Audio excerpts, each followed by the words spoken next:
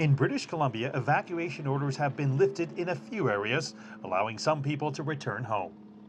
But even as firefighters make progress, Canadian Prime Minister Justin Trudeau is blasting Facebook. In June, Canada passed a law requiring tech companies to pay Canadian news organizations if they share their work. Facebook has begun blocking news in Canada, something Trudeau calls inconceivable at a time when people need information on the wildfires.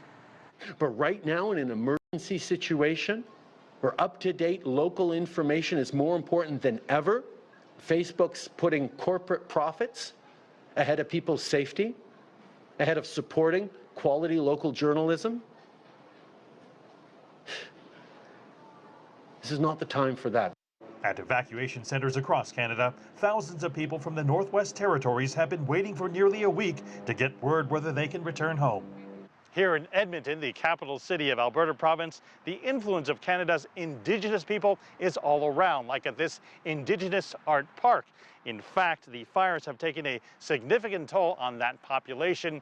In the Northwest Territories, there are 45,000 people living there. Roughly half are Indigenous people. With her daughter and 2 dogs, Debbie Mills of the Vuntut-Gwitchin First Nation evacuated from Yellowknife, driving 17 hours and passing through the hamlet of Enterprise to make it to Edmonton. It was really sad because you could see all the burnt areas. And once we got to Enterprise, that's when you saw 95% of the homes were burnt.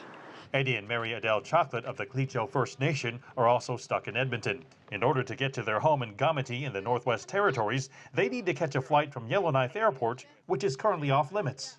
But no, all the Air Chindi, I heard they're parked in Edmonton, so there's no use going back to Yellowknife and try to catch a flight. There's no flight at all. It's all canceled, they say. So we're far away. Some evacuees were reluctant to leave their homes in the first place. Tracy Tarian said she wanted to make herself an essential worker by cooking and cleaning for the firefighters. But friends finally convinced her to go. I'm more concerned about the workers that are left behind, to add that extra stress of having to be rescued or evacuated because they have the most tremendous job right now. They don't need that additional problem. For now, she's taken on a new job, helping to make sure the evacuees feel cared for in their new, but hopefully temporary residence. Oh, yes. Mark New, CGTN, Edmonton, Canada.